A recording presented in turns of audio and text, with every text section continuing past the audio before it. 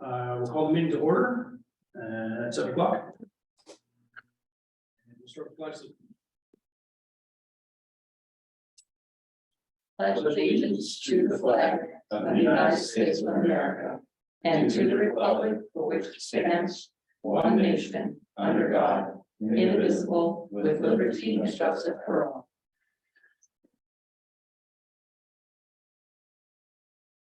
Can we do a roll call? We can. Chair Kane is excused. Vice Chair Parisi, Present. Commissioner Layton, Here. Commissioner Connell, Here. Commissioner Tenai, Here. Commissioner Irons, Here. and Commissioner Salata is absent. Okay, Jackie is out sick. Rick is doing Zoom duty. So we do have a quorum. Before we move to the approval of minutes, Vice Chair Parisi, today marks 1 year since Barry's passing. So good. Yes, today is a 1 year anniversary, February 15th. Remember it well, it was my first day here on the job. I would like to just take a moment and just a moment of silence, if we could, please. I think that's very appropriate. Thank you.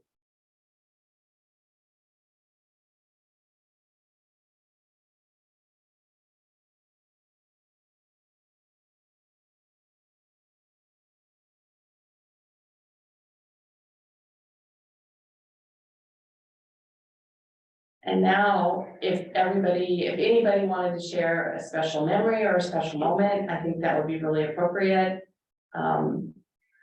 Or not, however you feel. And for those in the audience, I would just share that the person we're talking about is Barry Byler.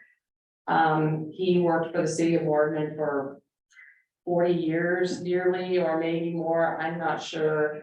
The last 20, he served as the community development director and was responsible for the planning commission and these types of things. So he sat in this chair for a number of years before I started to, about a year ago. So anyway.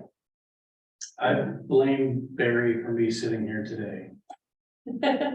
Barry came by my house one day and knocked on my door and he's like, I think you should look into joining the planning commission. I said, think about it. He was persistent. He was that. He was that. I worked at the county for 18 plus years and I got to know Barry really well in my role at the county. We worked on a lot of the same projects collaboratively and sometimes not. But as many of you know, he spent a long time serving on the Energy Facility Siting Council.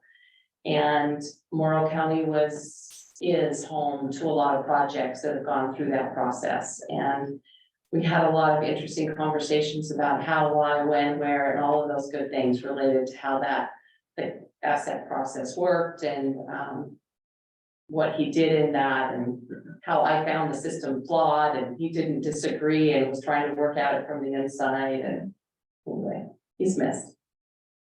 Anybody else want to share anything? Thank you. Thank you all for indulging me in my moment.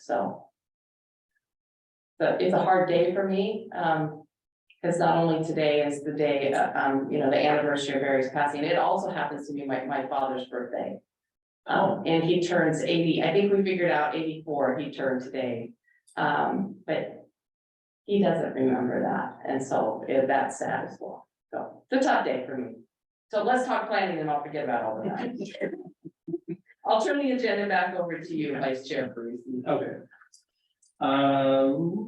Let's go on to approval of minutes. Everyone get a chance to read the minutes? Yeah.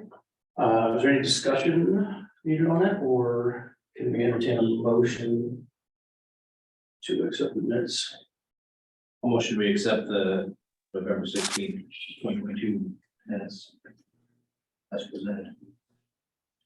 I'll second that. We have a motion and a second to accept the minutes from November 2022. Can we just roll call? Sure, we can roll call. Commissioner Layton, Yes. Commissioner Connell, Yes. Commissioner Tenai, Yes. Commissioner Irons, Yes. and Vice Chair Parisi. Yes. Okay, minutes are approved. Next order of business is election of officers. I think Jacob and Ethan aren't here, so shouldn't say those things, but. Yeah. Oh. Can we just keep them the same? Yes, but we do require that we do this every year, so you would still have to do that by motion. Yeah.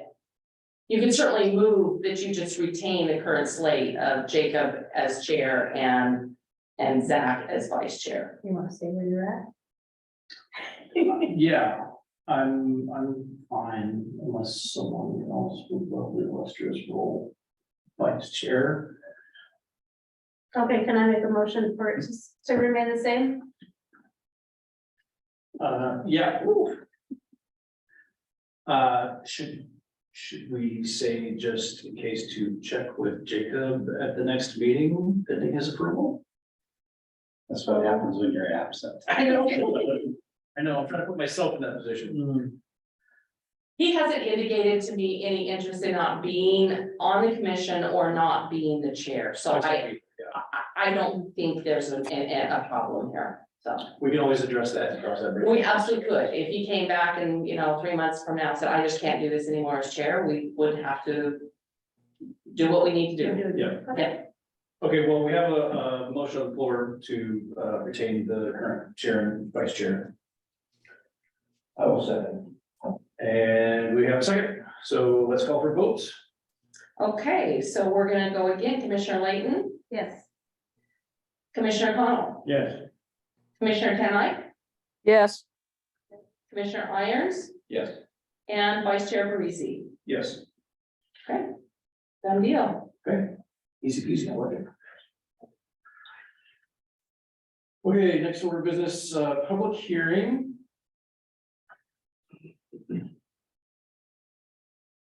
And this is regarding BIR 23-005.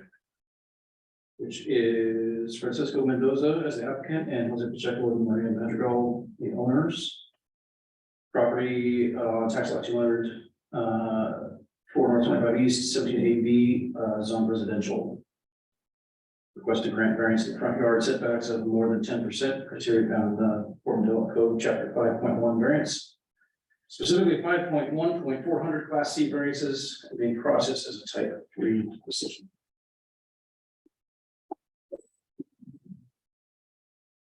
So I have 7:08.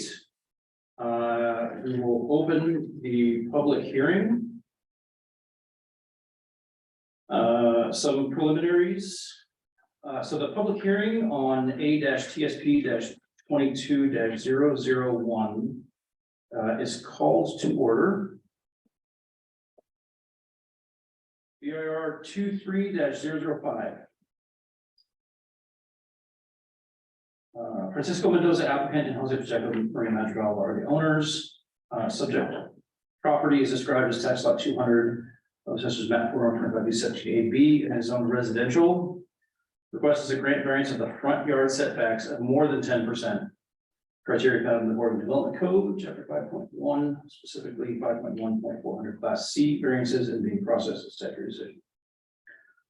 The conduct of this hearing, the public hearing this evening will be conducted as follows.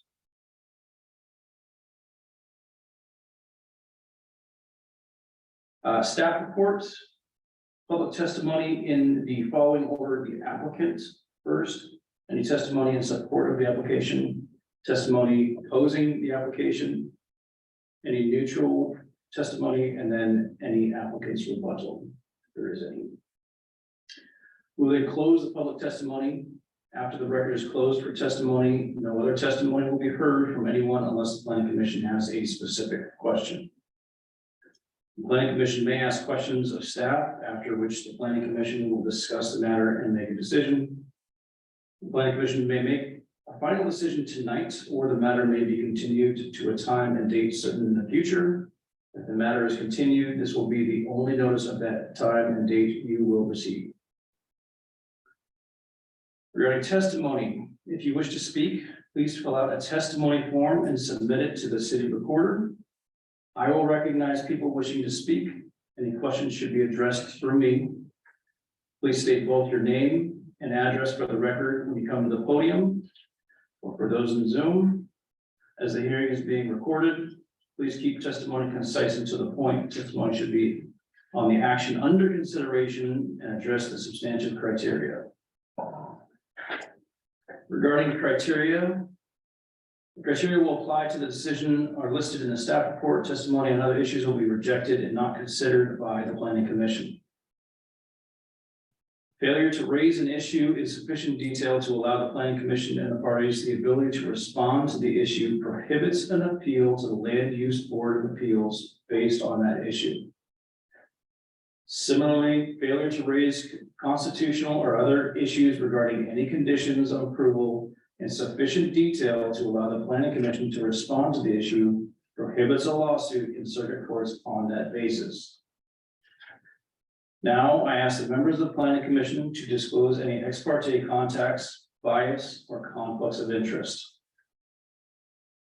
Please indicate the nature and extent of the ex parte contact, bias, or conflict of interest, and indicate whether you intend to participate in or abstain from the hearing.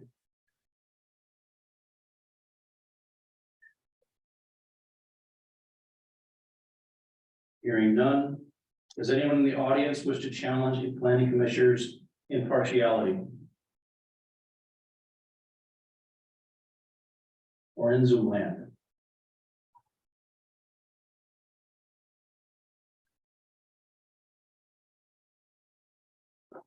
Hearing none.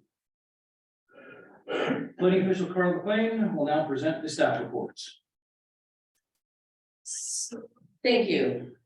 We've seen a couple of these over the last year, or a little longer. I'm hopeful this is the last one. This one actually kind of predates my arrival. The original site plan goes back quite a ways. It's a variance for a setback. It took me a while to figure out actually where the front yard of the house was, because it sits on a lot that's got it's only got one side of the lot that actually fronts to another lot. The other three sides all front to a road. So it has to be 15 feet on every side. And so they got a little hung up with one of those sides. And the last page of the staff report kind of shows all of those distances. I mean, it's just a little tight all the way around. It's a big lot, but it's a big house. And so I believe we address it on Cottonwood. I believe it fronts to Cottonwood. And so it barely meets the Cottonwood setback. It meets the backside fine. So it's just kind of just the whole thing needs to shift a little bit. I'm not quite sure which way, but it's built. This is again the process that happens when we get to the closing, and the lending party wants a foundation survey to confirm that it meets all the requirements. And if not, then we have to figure out how to make it compliant. We kind of tightened up our process internal here between planning and building. I'm feeling much more confident about how houses are being approved. We have one developer who's actually moved homes back an additional foot on the front side to make sure they meet that setback. And again, this is just kind of a hold out, you know, this is kind of predates the tightening up of that. And the foundation was poured quite some time ago. So again, we've seen a couple of these. There's not a lot of difference here in the process that we're doing. The house is where the house is, and it's not so egregious that I foresee any future issues. It is in a residential area, speeds are not fast. So again, we're just recommending, staff are recommending approval. I'm happy to answer any additional questions, but this is, this is not new for most of you, so. Yeah, be glad to answer any questions you might have. And the applicant is not here, nor is the landowner, so I'm not sure we're gonna have any testimony tonight. I'm very familiar that it's across the street from my house. I noticed your name was on the notice list, yes, yeah. Yeah, in fact, I noticed several, I was like, oh, I know several of these people Yeah. on the notice list, so, yeah.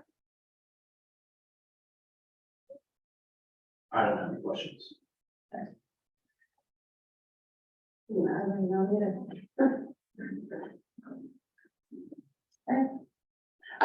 We probably need to go through the motions of calling for the testimony, but again, Yeah. there's no one here, so. Yep.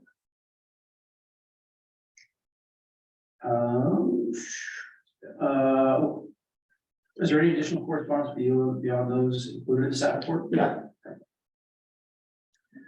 Is the applicant present?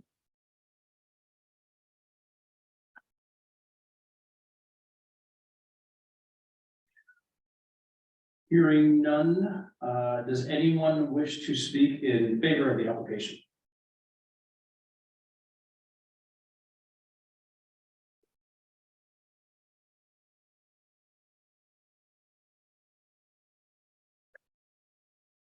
Hearing none, does anyone wish to speak against the application?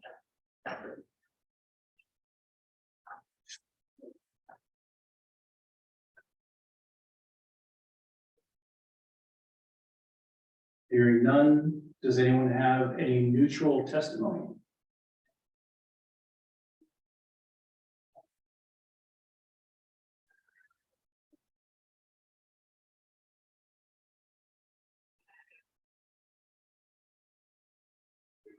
Hearing none and no applicant, there will be no rebuttal.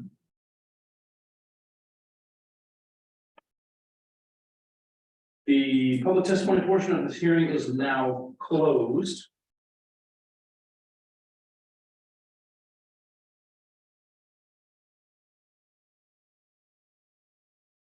Does the planning commission have any questions of the staff?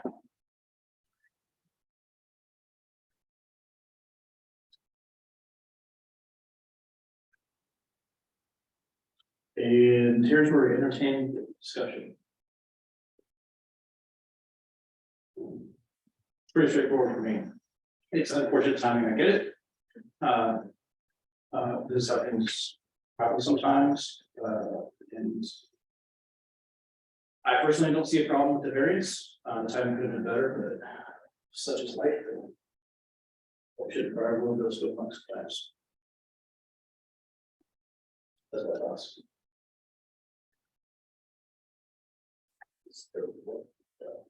And to say, I don't know, saying we should have been there. So the lot was, the house or the property foundation, whatever was put in a long time ago? No, the approval happened, more than a year ago for the house, and they triggered building permits. In this past year, we've had a couple of these come in, from other developers who are set, the house was too far So forward. we didn't realize that it was. Right, and so we put in additional kind of steps in our review process and in what the building official does on site. But the foundation was already in before those additional steps have been put in place, so, yeah. Yeah.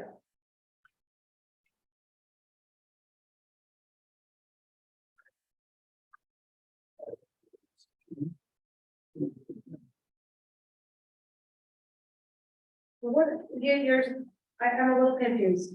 So it's on Cottonwood and then there, but what is supposed to be behind there? If you're saying that, is there supposed to be a road that's built behind that?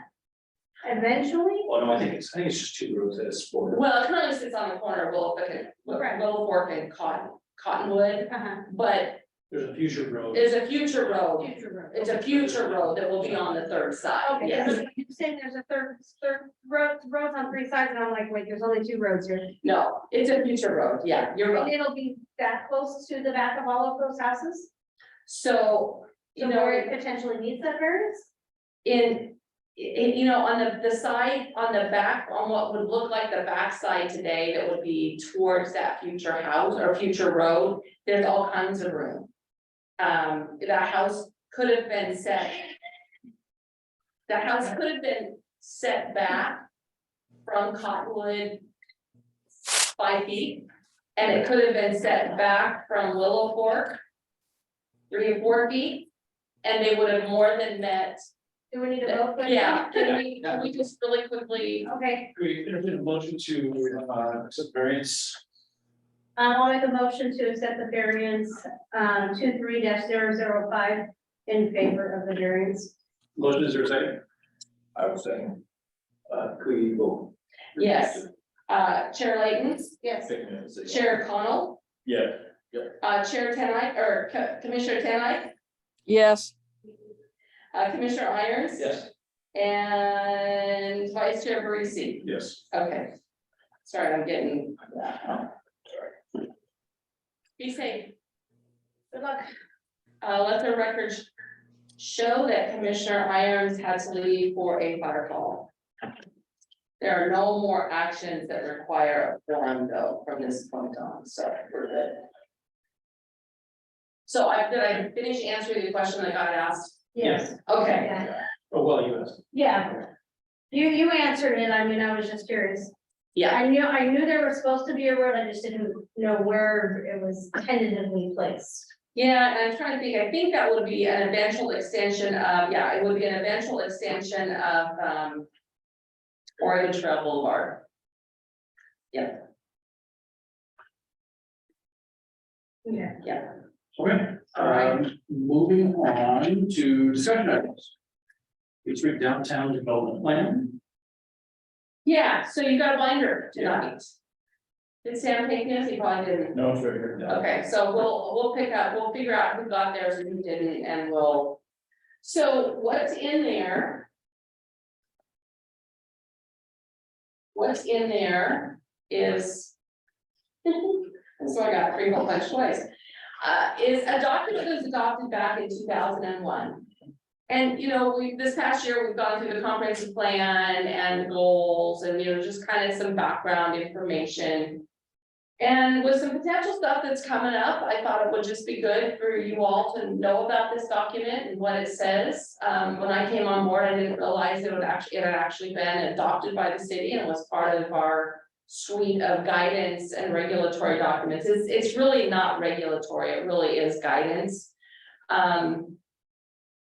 When you look through here and you finger through it a little bit, you will see this, the roundabout and how this street came in. And because it's one of the many concepts that's in here. When this was being done in 2001, I hadn't yet started at the county when this project started for the city, but I remember not long after this was approved, and then the city started the process to site the new city hall. And they used this concept plan, and I think when this was going through the process of being developed, the conversation was about city hall needs a new location, where should it be? Here's a good location, how do we design it? And I think some of that was imported into this document, and then some of it was also, you know, how do we want, Boardman is plagued, as are a number of cities along the Columbia River that were relocated in the late 50s, with where's our downtown? Where's our core? Where's our main street? You go to Hefner and you can see where the main street is. You go to Pendleton, you can see where the main street is. Hermiston, you can see where the main street is. But Umatilla, Oregon, and Boardman and Arlington all suffer from their main street is underwater or nearly underwater. And, you know, Boardman is further bisected by a freeway and a power line and a variety of other things. So I think this was the attempt to kind of say, we want something that feels like a downtown core. We still don't really have a main street. And so the 64 acres on the other side of Main Street is potentially being sold and potentially going to be developed. And I don't know what kind of proposal they're gonna come in with.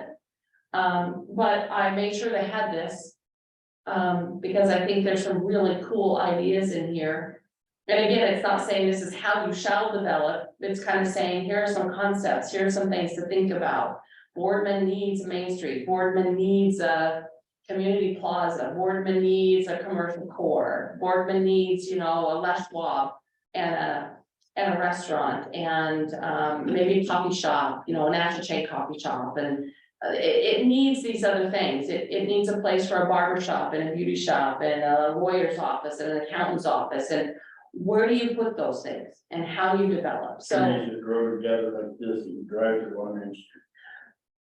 all kinds of ideas. Maybe more trees. Yeah, I mean, that is exactly what they were trying to get to, is that we want something that is aesthetically pleasing, that facilitates a feeling of community, that allows for something that looks like maybe a downtown or a Main Street, you know, a place where you can go find, you know, the flower shop or the, you know, whatever it may be. And as Boardman grows, and we've certainly been experiencing those growing pains over the past several years.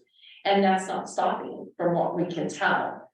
Certainly not what we're experiencing inside City Hall and seeing, you know, new housing and people coming in, still doing developments and doing multifamily, and you know, it's not stopping. There's gonna be probably 2 more actions in front of you next month. I mean, we will be having a March planning commission meeting. So I wanted to share this with you. I wanted you to be able to take it with you, own it, be able to look at it, get a sense of it, bring it back, ask questions. I'm not gonna sit here and wander through the whole thing tonight. And there gets to be a little bit of devil in the detail in the back half of it, you know, based on traffic counts and what they were seeing 22 years ago. I can tell you we've blown those traffic counts out of the water. Most of the communities that have done housing needs analysis in the last 5 years, they've all exceeded them. We need to do an economic opportunities analysis to get a better handle on what kind of commercial and retail and industrial land we really do need. So you know, there's a lot of work in front of the city of Boardman in the next couple of years to figure out where you're at, where you want to go, how you want to get there. So this is just kind of the beginning. And again, please take it home, take a look at it, bring back questions and your thoughts. It's a document that when we get into amending documents could certainly be updated. I don't know that it needs to. I think it has kind of its own life. I think it is still relevant when we think about how that 64 acres on the other side of Main Street might develop. How we mimic the streets that are on this side to the other side. How do we connect or not connect to the housing on further to the east? So yeah, happy to answer any questions or thoughts you might have now. Right now, when you picked up your packet, did you also did they give you the binder? Yes, Okay, so you've got yours, you've got 4 people that will take. You emailed it to me. Yeah, well, I did email this out and then it's like, I was gonna put it in a binder for y'all, so, you do also have electronically, it came out last week when I sent the packet to your email address, so. Thoughts? I'm curious if 2001, whatever it was actually the last time we had a traffic study done of our main streets in Boardman. Yeah, so the TSP actually dates to about that same era. The original TSP transportation system plan was adopted in 99. There was a minor update in 01. I don't know how connected this was to that TSP update in 01. I just don't know. That was the last one. That was then there was the Main Street Interchange Area Management Plan that was floated in 2007 and kind of stalled. It's a pleasant way to say. But reinvigorated and finally adopted. I believe it was finally adopted in 2009, but that focused really just on the Main Street corridor and the interchange. So yes, the transportation system plan is woefully out of date. We have been working with Kittleson and Associates on really just a really narrow focus on some Main Street concerns and impacts. We hope to get that in a study form. We'll probably take it through an adoptions process so that we can say we've done it. So we can trigger some much needed improvements. Do I dare say the word, a potential traffic light? I was just gonna say, when are we getting our first stoplight? Yeah, I think it's in, you know, I think it's in the future and the not very far off future. So, I mean, there are some real concerns around safety, at the high school. And, you know, where Main and Boardman Avenue intersect. I've watched that, you know, again, I worked for the county for 18 years. I was in Boardman a lot in that, and C&D was a regular stop for me before I finally had to give up those malls. Well, and it's not just when the high school is out, 5:30, it gets really busy then too. Yeah, So and there's- yeah, Yeah, there's different times when some of these plants get out, that intersection is ridiculous. Well, and the other thing I've noticed too, is just the number of pedestrians. I mean, I don't recall, even 5 years ago, when I would come to Boardman, you know, and be in Boardman for a while in my role as the county planning director, that I would see all that many pedestrians, but now, you know, I'm only here part-time, so I arrive and leave at different times during the day, and it all the time, every season that I've been here, there has been a significant amount of pedestrian traffic, and it's not kids. I mean, there are kids, but it's not just kids going to and from school, it's all kinds of that other pedestrians. side of town is terrible anymore, between the gas station and the hardware store tavern and the post office area is pedestrians, I mean, you have to watch at night, they're everywhere, going in all directions. Right, right, so, Boardman is growing, and that comes with good and bad, and, so, yeah, there's a lot of planning work ahead. I guess is what I would say, you know, this is still, I think, a good concept, and it's, you know, you can pick and choose from it as you begin to look at the comprehensive plan, eventually the development code, the TSP, the interchange area management, as those things get amended and updated over the next several years. Think about how this plays into that, keep this in the back of your mind, and then think about, you know, are there parts of this you'd want to pull out, memorialize, and really maybe codify as a, yes, this is something we do want, or does it need to be updated, and if so, how would you update it? So I'm not making any declaratory statements tonight, I just want you to be fully aware. This is a good planning document, even at 22 years old, it's still a good planning document, it's a good concept for that, so. I did have a question. Did you happen to see what the traffic counts were in 2021 or 2001 for on Main Street? There are some counts in here, and I didn't look really close, but I would tell you that in 2022, we commissioned a traffic study, which is what she talked about. We're trying to formalize, but I can tell you initially, as of last year, we had 8,000 vehicles a day on the street. 8,000 vehicles a day on the street. And this plan, and I don't remember if it was number one or option 1 or 2 or 3. But whichever one had the addition of another crossing at where the state center's at going across. Because if we don't do something in that regard to relieve some of the Main Street, this area here that we're discussing as far as maybe turning into a downtown would be an absolute nightmare, trying to turn into those businesses or a mall, little mall area or whatever. We don't have a way to relieve some of that traffic between here and the port exit, right. because there's so much traffic comes from down there. So there is in both the Boardman TSP and in the county TSP, and it's designed or stated in both as an Olson Road overpass. Now, I don't know if it's an overpass or an underpass or a, you know, what it would ever be. At the time that was envisioned, and in the 2 TSPs, that project was a $9 million project. It's probably double, if not, 2 million is what they. for just an over underpass. It probably has to be an underpass. Yeah, Because the. current development that's happened, yeah.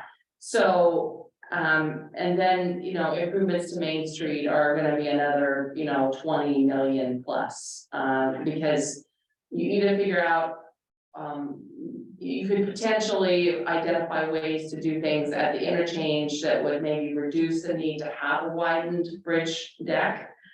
But we know how long it took for Biggs to go through their redevelopment. It's beautiful. I love the wheat and the pretties and it's a nice color. But that was not an inexpensive project and it took them several years to do that work. So now that had a lot to it. They put in lights. Traffic on 84 since 2001 has. Oh, yeah. It still blows me. I mean, it's everywhere. Well, and I, I live in Umatilla and I commuted for many years to the Tri-Cities. And I can tell you, I remember when they built 82. And I was glad they did because I almost had head on 395 before they did, but I can remember when 82 opened, there was no traffic on 82. Now I live in Umatilla where I can, out my front window, I can see the highway, and in the winter, all evening long, I just see a continual line of white lights coming this way and red lights going that way, and it's the same thing on 84. Yeah. Yeah, so yeah, we're experiencing those growth pains for sure. And you said it was 8,000 a day? Yeah, no matter what happens, Main Street's gonna need widened and every, regardless of how the downtown thing turns out, otherwise it's just gonna get unbearable. Yeah. Any other questions on the document? Again, please just. I'll share that with you. Well, reading this right, average, daily traffic in May 2000 on Main Street, available was 265 vehicles. Yeah, I didn't read that in 15 minutes an hour. It's a little more than 32 times. Yeah. Yeah. So the only other thing I really wanted to share with you tonight, and there'll be some extras, so I'll have them, I'll try to remember to bring them back next month, but. This was an article in the East Oregonian here, 2 weeks ago, maybe the front page, City Moles expansion of Northwest of Spain Avenue in Pendleton. And I'm not sharing this with you because for any other reason than I found how they wrote the article really interesting and potentially informative as kind of maybe a learning moment. Because they go through and they talk about the city's reasons. And then the residents give their take. So, in the planning world, we have this thing called NIMBY. A NIMBY is an acronym, and it stands for Not in My Backyard. And, those of you that have been sitting on the dais for a while, you've heard that testimony. You've heard people come in and say, I don't have a problem with this, I just won't want it there. And the only reason they don't want it there is because their house, their business, their something is adjacent or in the vicinity. And so I'll just share that my husband is the planning commission chair for the city of Umatilla Planning Commission. And he read this article with a lot of interest and went, an awful lot of NIMBY going on here. And so I just shared as a kind of a way to look at that and to think about it. And, you know, our job is not to, our job is to look at things critically and to hear the people who have concerns. But in the end, we have to balance, what the applicant is asking for with what the code says. And if it's an allowed use or a use allowed with conditions, we can't say no because the neighbor doesn't want it. And so we have to figure out how to have that conversation around, we understand your concerns, and if they truly come forward with a concern that's appropriate. I mean, sometimes there could be testimony and they're like spot on with it. They've really thought about it and they really have a concern. At that point in time, can we mitigate the concern with an appropriate condition of approval? Or is it truly just, I don't want it because it's in my backyard and it's gonna affect me in some way that I think is negative? And anyway, it was such an appropriate, not in my backyard moment that I had to share it. So thanks for letting me do that. Yeah.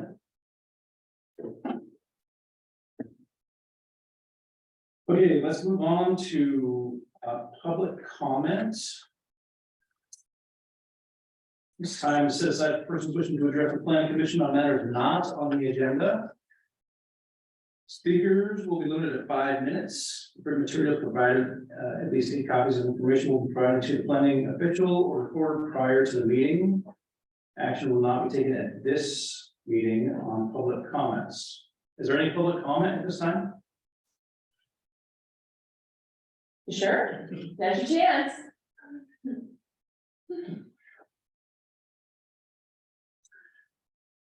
Hearing none, any commission comments?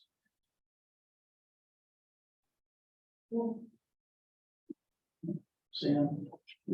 And before you adjourn, I have one inquiry of you all. So we had a site team meeting, this has to do with next month's meeting, we had a site team meeting this morning. 2 things came out of that, the expansion of the Sage Center and a multifamily housing development on Little Fork, and they both are gonna require planning commission hearing and action. And so March 15th is kind of tight, just from we got it out of site team and to get notice and get everything done. But I don't want to put it out to April 15th or whatever. So it's the 2 April. Well, what I want to ask is, would you be open to meeting off week? So, There's usually a calendar, but it don't. Oh. So. I'll get my calendar here. So usually in March, we would meet on March 15th. Would you be open to a meeting on March 22nd?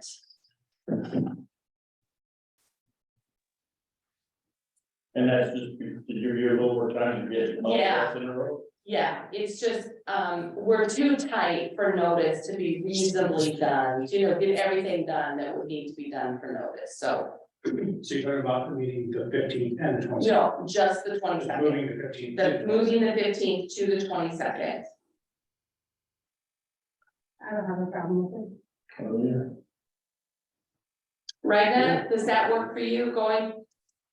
Yeah, it's just fine. It's just fine, whatever you need. Yeah, that's for me. Okay, I will send an email to that effect. I know at least I have quorum. And hopefully the other 3 can make the 22nd work as well. That'll give me a little extra time to get through that notice process and get everything done. So I appreciate that flexibility. So thank you. Okay, all right, so next meeting will be March 22nd at 7 p.m. here and on Zoom. In the other room. And I will adjourn the meeting.